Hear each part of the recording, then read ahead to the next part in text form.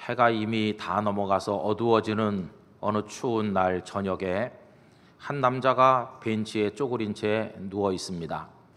이 남자는 갈 곳이 없습니다. 세상에 넓기도 하고 많은 집들도 있지만 이 사람의 몸 하나 눕힐 공간이 없습니다. 집집마다 등불이 밝혀지고 가족들이 도란도란 이야기를 나누며 식탁에 앉아 맛있는 음식을 나누는 시간이건만 이 사람은 먹지 못해 위장이 텅 비었을 뿐만 아니라 그의 영혼까지도 텅 비어 있습니다. 이 사람이 벤치에 눕든지 앉든지, 이 사람이 먹든지 굶든지, 이 사람이 심지어는 죽든지 살아남든지 세상은 아무 관심이 없습니다. 세상으로부터 완벽하게 잊혀진 존재로, 있으나 마나한 존재로 머물러 있는 것입니다. 그런데 그 비참한 마음 아픈 저녁에 그 마을의 한 집에서 이 사람을 환영합니다. 등불을 밝히고 그를 위해 요리를 하고 그를 식탁에 초대하였습니다. 그는 그날 저녁 그 가정의 식탁에서 눈물 반 음식 반의 감격적인 식사를 하게 되었습니다. 주인은 말하기를 마땅히 갈 곳이 없으면 오늘 저녁에 여기서 머물고 가도 좋다고 하니 그는 좋은 침상을 공급받고 거기서 하룻밤을 쉬게 됩니다. 그 침대는 마치 어머니의 품같이 아늑하고 따뜻하여 쌓였던 피로가 다 풀리는 모처럼 깊은 잠을 자게 되었고 행복한 꿈을 꾸게 되었습니다. 그 한 집에서 그를 환영해 주므로 그 밤은 그의 평생에 결코 잊을 수 없는 감동적인 밤이 되었습니다. 여러분들이 지금 화면에서 그림을 석 장 보셨는데요. 이 그림은 우리 교회 박오동 집사님께서 여러분을 위해서 손수 그려서 이렇게 도움을 주신 것입니다. 우리 집사님께 감사의 말씀을 드리겠습니다. 여러분, 이 불쌍한 남자가 도대체 누구이겠습니까?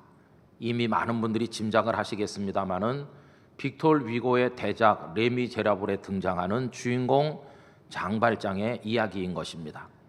그는 조카들을 위해서 빵 몇 개를 훔친 죄로 감옥에 가게 되었는데 세상의 불공평함과 억울함을 참을 수 없어서 탈옥을 계속해서 감행했고 언제나 실패하였습니다.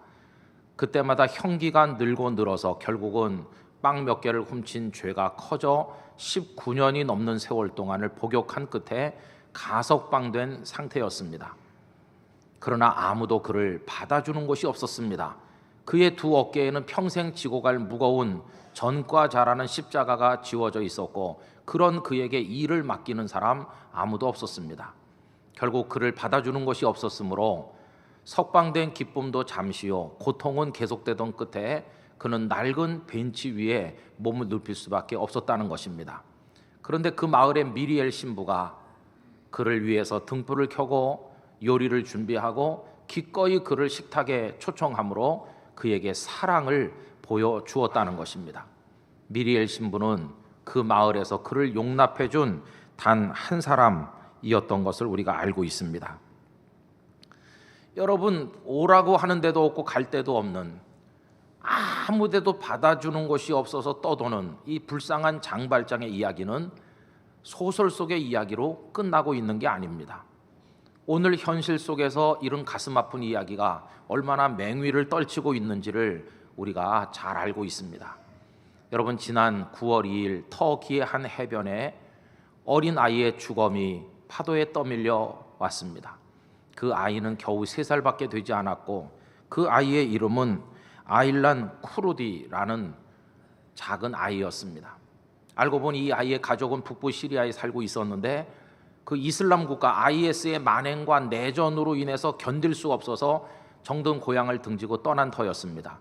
본래 계획은 캐나다로 망명 가기를 원했지만 그 시도가 실패로 돌아간 이후에 그들은 조금이라도 안전한 그리스로 가고자 소형 보트에 가족들이 나누어 타고 총 23명이 출발했는데 그만 풍랑을 만나 보트가 전복되면서 그날 12명이 세상을 떠났는데 어린아이가 5명 그 속에 포함되어 있었고 아알란의 형도 그리고 어머니도 그 속에 포함되어 있었습니다. 한 터키의 사진 기자가 그 바닷가에 떠밀려 온 그 아일란의 사진을 찍어서 SNS상에 인터넷에 여러 군데 알림으로써 전 세계 사람들의 마음을 울렸습니다. 난민들에게 빗장을 굳게 걸어 잠궜던 유럽이 문을 열기 시작을 해서 시리아 난민들을 받아들이게 됐는데, 시리아 난민들뿐만이 아닌 아프리카 난민들까지 도저히 다 용납할 수 없을 정도로 많은 사람들이 지금 보트 피플이 되어 지중해를 떠돌고 있다는 뉴스를 여러분들 아실 것입니다. 여러분, 가고자 하지만 오라고 하는 데가 없고, 흔들리는 배전에 불안하게 쪼그리고 있지만 상륙을 허락하는 나라도 없는 이 불쌍한 이들의 심정이 어떠하겠습니까? 정말 참상이 아닐 수가 없습니다. 그런데 여러분, 갈 곳 없는 사람, 받아주는 이가 없어서 그래서 벤치에 쪼그리고 누워있는 이 장발장과 같은 그런 사람들을 향해서 사랑의 문을 열어주는 이야기, 이 놀라운 감동적인 이야기가 성경 속에 등장하고 있습니다. 우리는 그 이야기를 가리켜서 너무도 감격스러운 이야기이므로 복음 굿뉴스라고 부르고 있습니다. 여러분, 그것이 바로 성경의 주제인 것입니다. 그리고 그 성경의 이야기가 우리에게 더 절실한 이유는 깨닫고 보면, 눈을 뜨고 다시 보면 바로 우리들 자신이 소설 속의 장발장과 조금도 다름이 없다는 사실을 깨닫게 되기 때문인 것입니다. 여러분, 그런 의미에서 장발장은 이 땅에 고통받는 모든 세상 사람들의 대표라고 이야기할 수가 있을 것입니다. 장발장은 죄를 지었습니다. 근데 우리도 다 죄인입니다. 장발장은 그로 인해 감옥의 고통을 받았는데 우리들도 삶의 감옥에 갇혀서 얼마나 많은 그 죄로 인한 고통 속에 몸부림을 치고 있습니까? 그에게 전과자라는 무거운 짐이 평생 지워져 있는 것처럼 우리도 부끄러운 과거를 숨기고 마음 아파하면서 살아가고 있지 않습니까? 그가 받아주는 곳이 없어서 떠돌고 벤치에 쪼그리고 눕듯이 오늘 많은 사람 속에 에워싸여 살고 있는 듯하나 사실은 외롭고, 많은 것을 먹는 듯하나 영혼의 배고픔이 채워지지 않는 불쌍한 사람들이 얼마나 많이 있으며, 깨닫고 보면 우리 각자가 바로 그런 사람들 중에 하나임을 알 수가 있는 게 아니겠습니까? 그런데 여러분, 그런 우리들을 위해서 문을 열어주시는 분이 계십니다. 사랑의 문을 열어서 환영해 주시는 분이 계신데, 그분이 바로 우리 구주 예수님이신 것입니다. 그분은 대낮같이 등불을 밝히시고 뛰쳐나와 우리의 손을 움켜잡고 우리를 안으로 들이시면서 사랑의 눈으로 바라보심으로 얼어붙은 우리의 몸과 영혼을 따뜻하게 녹여주시는 분이십니다. 그리고 주님은 우리를 위해서 식탁을 차리셨는데, 그 식탁은 최고의 식탁입니다. 그 식재료는 다른 것이 아니라 주님 자신이었습니다. 우리를 위해 십자가에서 찢으신 그 몸, 흘리신 그 피, 그것을 통해서 사랑과 구원의 식사들을 차려서 우리에게 배불리 먹여주시는 주님이십니다. 여러분, 그 식탁이 최고인 이유는 세상의 빵은 먹고 돌아서면 금세 다시 배고픔을 느끼지만 주님의 식탁의 빵은, 그 주님의 몸은 우리를 영원히 배부르게 하는 양식이기 때문인 것입니다. 세상의 음료는 마시고 돌아서면 금세 다시 갈증을 느끼지만 주님의 식탁에서 받아 마시는 그 생명의 음료는 우리의 속에서 영원히 솟아나는 샘물이 되기에 주님의 식탁은 최고의 식탁인 것입니다.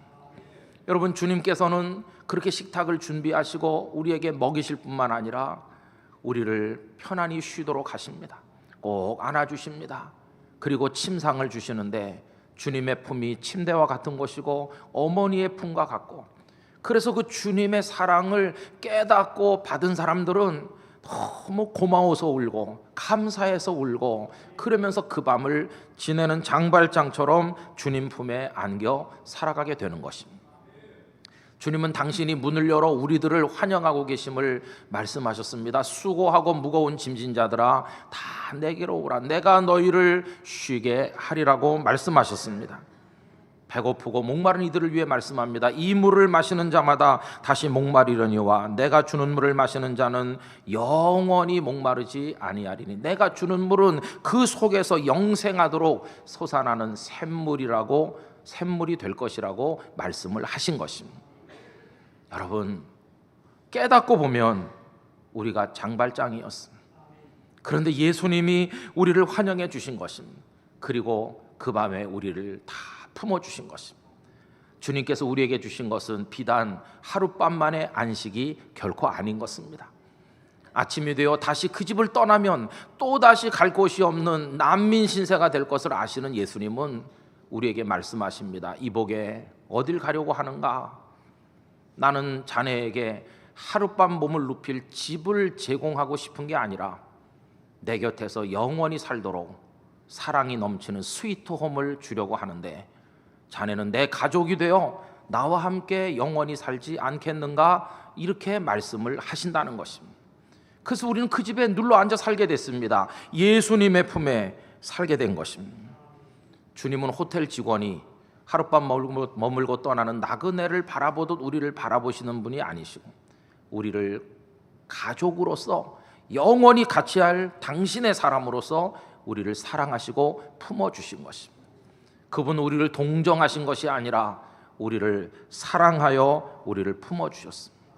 그리고 당신이 계시는 곳에 영원히 있게 하시면서 사랑하는 이들이 머무는 단지 하우스, 집이 아닌 스위트홈을 우리들에게 주신 분이신 것입니다. 그래서 여러분, 우리는 더 이상 갈 곳 없이 방황하지 않아도 되게 됐습니다. 이제는 주님의 품 안에 삽니다. 식사 때마다 주님과 마주 앉고 주님과 대화하고 주님의 기쁨, 주님의 그 사랑을 한 몸에 받으면서 주와 더불어 살아가는 은총을 얻게 되었습니다. 이제 그 사랑을 제대로 받은 사람은 더 이상 문 앞에 와서 노크를 해도 되나 해서는 안 되나 망설이지 않고 이 집에 들어갈 수 있을까 없을까 당황하지 않고 그분의 허락을 받았기에, 영원히 내 곁에 살라 말씀하심을 들었기에 이제는 낮이든 밤이든 언제든지 문을 열고 들어가 거기가 마치 처음부터 내 집이 되었다는 듯이, 나의 가정이라는 듯이 거기서 편히 쉴 수 있는 특권을 우리 모두가 얻게 된 것입니다. 성도 여러분, 오늘은 10월의 첫 주일, 축복된 아침입니다. 이 맑은 주일 아침에 우리는 이 땅끝 교회 예배당 이 자리에 지금 한 자리씩 차지하고 앉아 있습니다.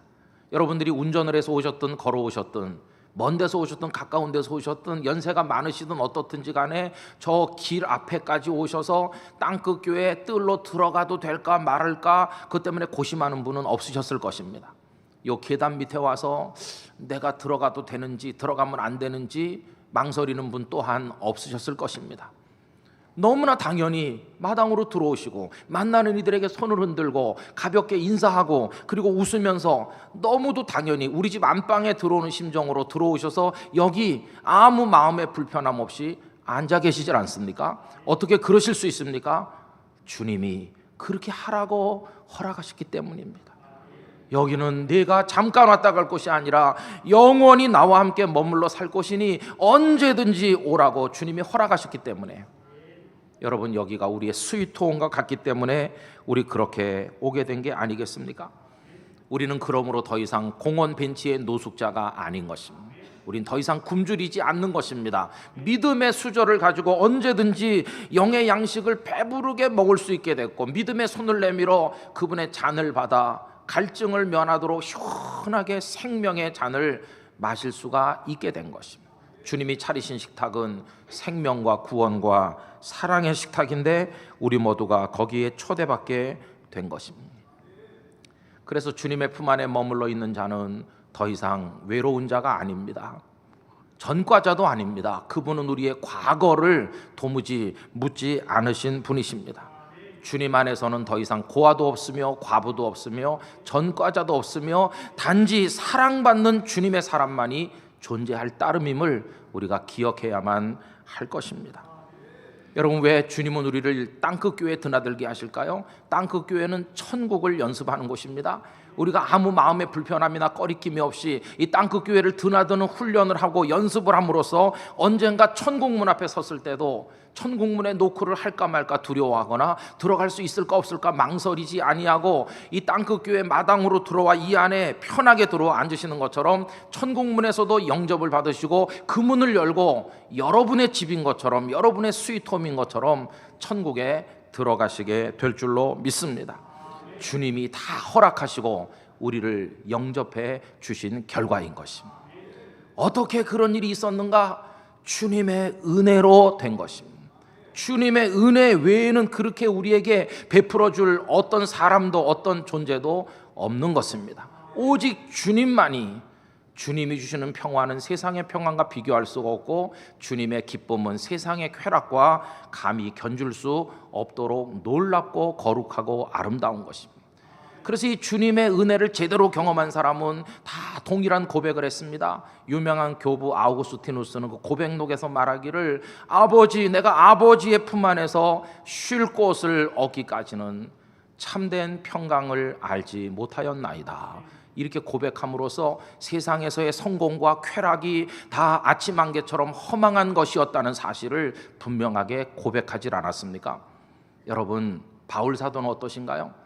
그가 가졌던 세상적인 성공과 많은 것들이 있었으나 예수 그리스도를 알게 된 이후 그분을 아는 지식과 그 기쁨과 은혜가 얼마나 풍성한지를 알았기에 그 모든 나머지 것들을 다 배설물처럼 여긴다고 이야기하지 않았습니까?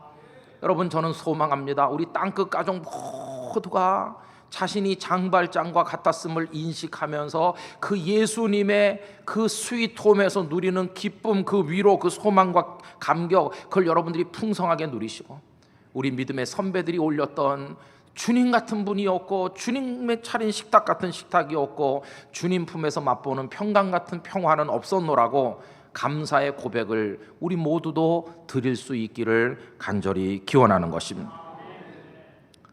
여러분, 우린 그런 은혜를 받은 사람들입니다. 그런 이들을 가리켜 그리스도인이라고 말하는 것입니다. 그런데 그 예수님께서, 그렇게 우리를 환영하고 사랑해 주신 예수님께서 오늘 본문에서 질문을 하십니다. 내가 나의 제자들과 함께 유월절 음식을 먹을 나의 객실이 어디 있느냐, 이렇게 물으셨습니다. 여러분, 이때는 예수님께서 십자가를 지시고 죽으시기 하루 전이었습니다. 이틀 남으셨던 예수님, 이제 그 하루가 지나고 내일이면 십자가를 지실 터였습니다. 요일로 말하면 목요일 저녁 유월절 식사를 하는데 그것은 최후의 만찬이 될 것을 아셨기에 여느 때보다 그 만찬에 예수님은 집념을 보이셨습니다. 제자들도 때가 되었음을 알았기에 어떻게 준비할지를 예수님께 질문하게 됩니다. 12절 말씀을 보십시오. 무교절의 첫날 곧 유월절 양 잡는 날에 제자들이 예수께 여짜오되 우리가 어디로 가서 선생님께서 유월절 음식을 잡수시게 준비하기를 원하시나이까 하매. 이 질문에 대하여 예수님은 평소에 하던 대로 너희들이 알아서 적당히 준비하거라, 뭘 이런 걸 나한테 묻느냐, 이렇게 하지 않으셨습니다. 주님은 두 명의 제자를 특별히 보내 준비하게 하시는데 다른 복음서를 빌려보면 이 두 제자는 베드로와 요한이었음을 알게 됩니다. 그런데 참 신비롭기까지 한 것은 그 다음에 준비하는 과정이 미리 주님께서 다 철저하게 안배를 해놓으셔서 그대로 진행이 된다는 것입니다.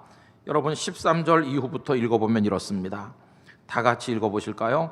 예수께서 제자 중에 둘을 보내시며 이르시되 성내로 들어가라. 그리하면 물 한 동이를 가지고 가는 사람을 만나리니 그를 따라가서 어디든지 그가 들어가는 그 집 주인에게 이르되 선생님의 말씀이 내가 내 제자들과 함께 유월절 음식을 먹을 나의 객실이 어디 있느냐 하시더라 하라. 그리하면 자리를 펴고 준비한 큰 다락방을 보이리니 거기서 우리를 위하여 준비하라 하시니. 아멘. 마치 잘 짜인 영화 각본 같습니다. 어떤 사람이 물 한 동이를 가지고 골목 어귀에 기다리다가 이제 베드로와 요한이 길거리에 등장을 하면 감독의 사인을 받고 그 앞에 자신의 모습을 드러내는 것입니다. 그리고 이 두 제자는 물 한 동이를 가지고 가는 사람 뒤를 쫓아갑니다.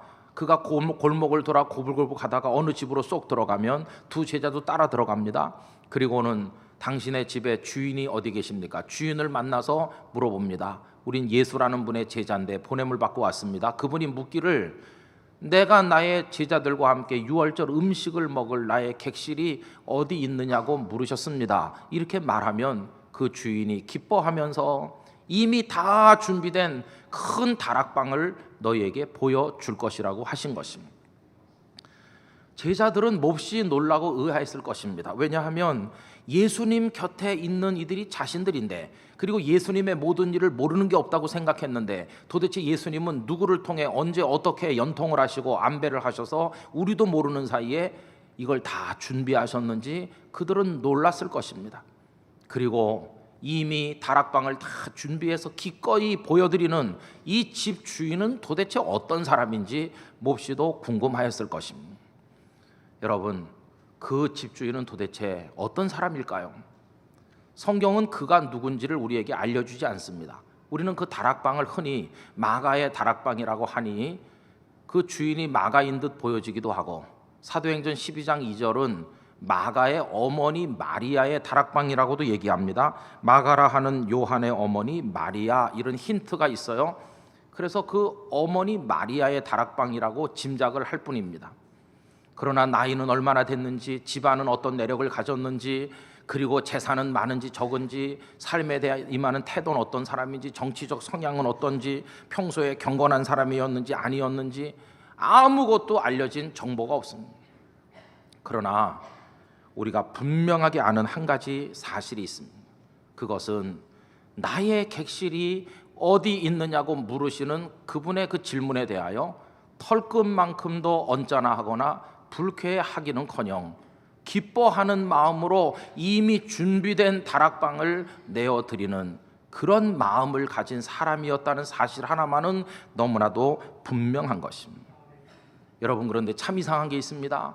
제자들을 보내서 전달하게 하시는 예수님의 말씀이, 미안하지만 당신의 다락방을 하루 저녁 빌릴 수 없을까? 이렇게 말씀을 전하게 하신 게 아니고, 예수님 마치 그 집을 당신이 돈을 주고 사놓기라도 한 것처럼 나의 객실이 어디 있느냐, 마치 그 집이 당신 주님의 집인 양 그렇게 질문하게 하셨습니다. 집 주인 입장에서 보면, 아니 멀쩡한 내 집을 두고 마치 당신 집인 것처럼 말씀하는 예수님께 대해서 언짢거나 불쾌할 수도 있지만, 이 사람은 조금 더 그렇게 하지 않고 준비된 다락방을 예수님께 내어드리고 있다고 하는 것입니다. 여러분, 어떻게 그럴 수 있을까요? 그 이유는 틀림없이 하나뿐입니다. 그가 알고 있는 것입니다. 자신이 자신의 다락방을 그분께 내어드리기 훨씬 전에 그분은 당신의 모든 걸 먼저 이 집주인은 자신에게 주셨다는 사실을 이 사람이 알고 있고 깨닫고 있고, 그로 인해 감사하고 있고 그 힘으로 살아가고 있다고 하는 것입니다. 틀림없이 그 사람도 장발장 같았을 것입니다. 그 사람도 가진 듯이 보였지만 가난했고, 먹는 듯이 보였지만 배고팠고, 사람들 속에 있는 것처럼 보였지만 외로웠고, 어떤 땐 눈물을 흘리면서 자신이 장발장 같은 존재임을 알고 슬퍼했을 것입니다. 그런데 언제 어떤 관계로 그가 주님을 만났는지는 알 수 없으나, 주님은 그를 위해서도 문을 여셨고 등불을 밝히셨고, 그를 배부르게 할 식탁을 준비하셨고, 그를 사랑의 침상에 품어 안아주셨고, 그의 영혼과 육신을 쉬게 하시고 살게 하시고 소망 중에 거하게 하셨기 때문에, 주님이 자신에게 내주신 그 영원한 스위트홈에 비하면 나의 다락방을 그분께 내드리는 게 그게 뭐가 어려운 일인가? 당연히 그분께 나의 다락방을 내어드리리라, 이렇게 생각했음에 틀림없습니다. 더군다나 예수님은 여기서 객실이라고 표현을 하셨습니다. 여러분이 객실이라고 번역된 헬라어 단어 카탈리마는 그냥 집을 뜻하는 게 아니라 여관을 의미하는 것입니다. 예수님은 나의 객실 이렇게 함으로 내가 오래 머물 생각이 없다. 객실처럼 잠깐이면 돼. 나는 영원히 여기 있을 자가 아니고, 나는 이 다락방을 떠나 겟세마네로, 겟세마네를 떠나 십자가로, 십자가를 떠나 부활의 언덕을 넘어 영원한 내 나라로 갈 그런 존재이므로 그저 잠깐이면 된단다, 이런 말씀으로 카탈리마 객실이라고 표현하신 것입니다. 여러분, 가슴이 짠해지는 게 있습니다. 주님은 객실을 요구하셨잖아요. 그런데 주님이 그에게 객실이 어디 있느냐고 물으시기 33년쯤 전, 그때도 주님께는 객실이 필요했었습니다. 예수님께서 베들레헴에 탄생하시던 그날 밤, 누가복음 2장 7절에 사관에 있을 곳이 없다, 여관마다 사람들이 가득가득이 차서 어쩔 수 없이 그분은 마구간 말 구유 위에 누워주셨는데, 그때 그 사관, 여관이라고 번역된 단어가 바로 이 카탈리마와 동일한 단어인 것입니다. 33년 전 주님이 이 땅에 탄생하시던 밤에 아무도 그분에게 객실을 내드리는 사람이 없었으나 33년이 지나고 십자가를 지기 전날 그분에게 객실을 내드리는 집주인이 있어서 주님은 제자들과 함께 식탁에 둘러앉아 최후의 만찬을 드실 수가 있었다고 하는 것입니다. 그런데 여러분, 그 주님께서 오늘 우리에게도 물어보십니다. 김 목사, 내 객실이 어디 있느냐? 이렇게 저에게도 여러분들에게도 물으시는 것입니다. 저는 오늘 이 3부 예배 이 자리에 앉아 계신 여러분들에게 말씀드리고 싶습니다. 주님께서 이미 우리에게 다 주셔서 우리에게 스위트홈을 내어주신 것이라면 우리 모두 우리의 다락방을 주님께 내드릴 수 있기를 원합니다. 주님이 먼저 우리를 받아주신 걸 생각한다면 우리의 다락방을 왜 주님께 내어드릴 수가 없겠습니까? 모든 걸 다 내드릴 수 있는 사람이 되기를 간절히 소망하는 것입니다. 여러분, 이것은 갈 곳 없는 이에게 주는 단순한 동정이 아니라 사랑인 것입니다. 왜냐하면 그분도 우리를 동정하신 게 아니라 가족으로 사랑하셨기 때문에 우리도 주님을 우리의 주님으로 사랑하면서 그분께 우리의 다락방을 내어드리는 것입니다. 그분께 사랑을 받고 나도 그분께 다락방을 내드리고 사랑을 고백하고 주님과 우리 사이의 사랑의 교제가 깊어져 내가 주님을 집중하고 주님이 나를 집중해서 사랑하실 때 주님과 원투원 하겠다고 하는 우리의 영적인 열망이 열매를 맺게 될 줄로 믿습니다. 주님은 몇 시간이면 된다는 식으로 객실이란 표현을 쓰셨지만 이 집주인은 몇 시간만 내드리고 다시 거두어드린 게 아니었습니다. 그는 주님이 아주 이 다락방을 가져가 주시기를 원했습니다. 다락방을 아주 드렸습니다. 주님이 부활 승천하셔서 하늘나라로 가신 이후에 그 다락방은 예루살렘 교회의 중심이 됐습니다. 모이는 곳, 예배하는 곳, 기도하는 곳, 성도의 교제를 나누는 곳, 말씀을 가르치고 배우는 곳이 되었습니다. 그 다락방을 드림으로 그 다락방은 세상에서 가장 유명한 다락방이 되었고 그 주인은 세상에서 가장 유명한 다락방의 주인이 되었습니다. 여러분, 그 다락방에 무슨 일이 있었을까요? 그 다락방에 생명의 만찬, 구원의 만찬인 성만찬을 제정하는 엄청난 일이 바로 거기서 이루어졌습니다. 그리고 성도들이 부르짖어 기도할 때 하늘이 열리고 하나님의 성령이 강력하게 임하는 오순절 성령 강림의 현장이 바로 그 다락방이었습니다. 그리고 제자들이 투옥됐다 나온 이후에 성도들과 함께 막 기도하니 하나님이 응답하셔서 집터가 진동하고 흔들렸다고 하는 사도행전의 기록이 있는데 그 현장이 바로 그 다락방인 것입니다. 그래서 우리 전 세계 그리스도인들은 다락방, 마가의 다락방 그러면 뭔가 영적으로 끌리는 강력한 느낌을 가지게 됩니다. 성지순례를 가신 분들은 가이드가 여기가 그 다락방이에요 말할 때 여기겠나? 다른 곳이겠나? 조금 혼돈이 오지만 그래도 여기라고 생각할 때 마치 거기 만찬을 드시는 주님이 보이는 것 같고 여기 성령의 불이 임하는 듯하고 그리고 거기 초대교회 모습이 성도들의 얼굴이 떠오를 때 그 다락방에서 기뻐하면서 눈물을 흘려 경배하는 게 아니겠습니까? 그 다락방은 바로 그런 유명한 성지가 된 것입니다. 성도 여러분, 주님은 장발장과 같은 우리들에게 스위트홈을 먼저 주셨습니다. 이제 우리는 우리의 다락방을 내드릴 차례인 것입니다. 기독교 역사는 그런 이들의 헌신과 사랑과 섬김을 통하여 오늘날까지 면면이 이어져 내려온 것이라면 그 끝자락에 부족하기 짝이 없지만 저도 여러분도 설 수 있기를 간절히 원합니다. 여러분, 주님이 우리의 가진 것을 향해 나의 객실이라는 식으로 말씀하신다고 해서 언짢아 하실 이유가 하나도 없습니다. 왜냐하면 우리 것 중에 주님의 것 아니었던 건 아무것도 없기 때문이요, 사랑 안에서 소유의 경계 따위는 다 무너지기 때문입니다. 주님은 사랑하시기 때문에 우리의 것이 아니었던 주님만의 것이었던 주님의 몸, 주님의 피, 주님의 모든 걸 다 우리의 것이 되도록 이미 주시지 않으셨습니까? 그러기에 이제는 우리의 것이라 여겨지는 우리의 다락방을 비롯한 모든 것들을 다 주님께 기꺼이 내어드릴 수 있는 사람이 되어야 할 줄로 믿습니다.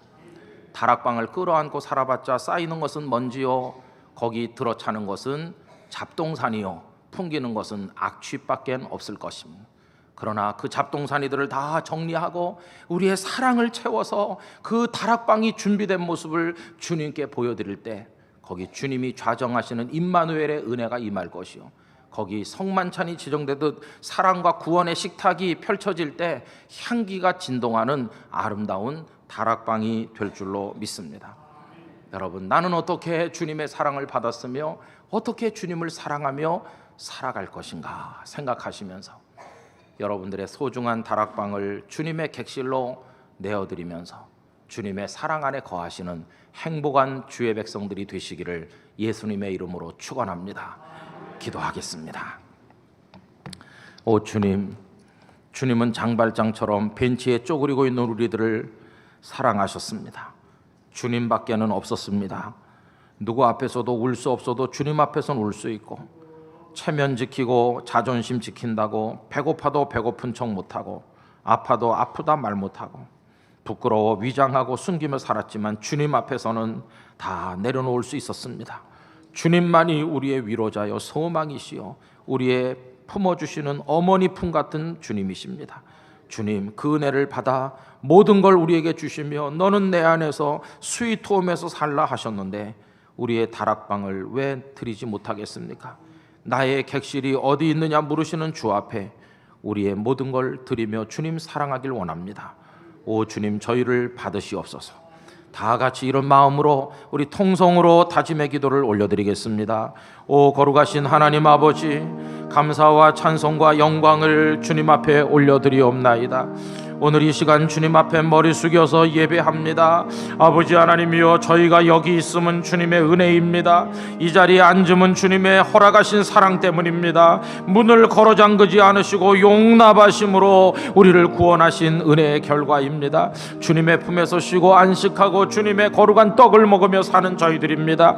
이제 나의 객실이 어디 있느냐 물으실 때 우리의 모든 걸 주님 앞에 내어드리기를 원합니다. 잡동사니의 악취가 풍기는 다락방을 끌어안고 있지 말고 향기가 진동하는 아름다운 곳으로 주님께 드리게 하여 주시옵소서. 쪼그리고 앉아 갈 곳 없던 저희들을 품어주신 주님, 소망 없는 저에게 소망을 주시고 생명을 주신 주님, 영원히 배부르는 식탁을 차려주신 주님, 하늘나라를 주시는 주님, 하룻밤 침상을 빌려주시는 게 아니라 우리와 영원히 같이 살자고 하시며 스위트홈으로 불러주신 주님, 그 주님께 잡동사니가 가득한 다락방 끌어안고 있지 말고 다 치워버리고 헌신과 사랑의 향기가 가득한 다락방을 준비하여 우리 주님께 내어드림으로 주님의 사람 되어 영원히 행복하게 복되게 살게 하여 주시옵소서. 사랑하는 성도들의 주님과의 관계가 심화되고 주님과의 교제가 날마다 풍성해지도록 신령한 복을 더하여 주시옵소서. 주 예수 그리스도의 이름으로 기도드리옵나이다. 아멘.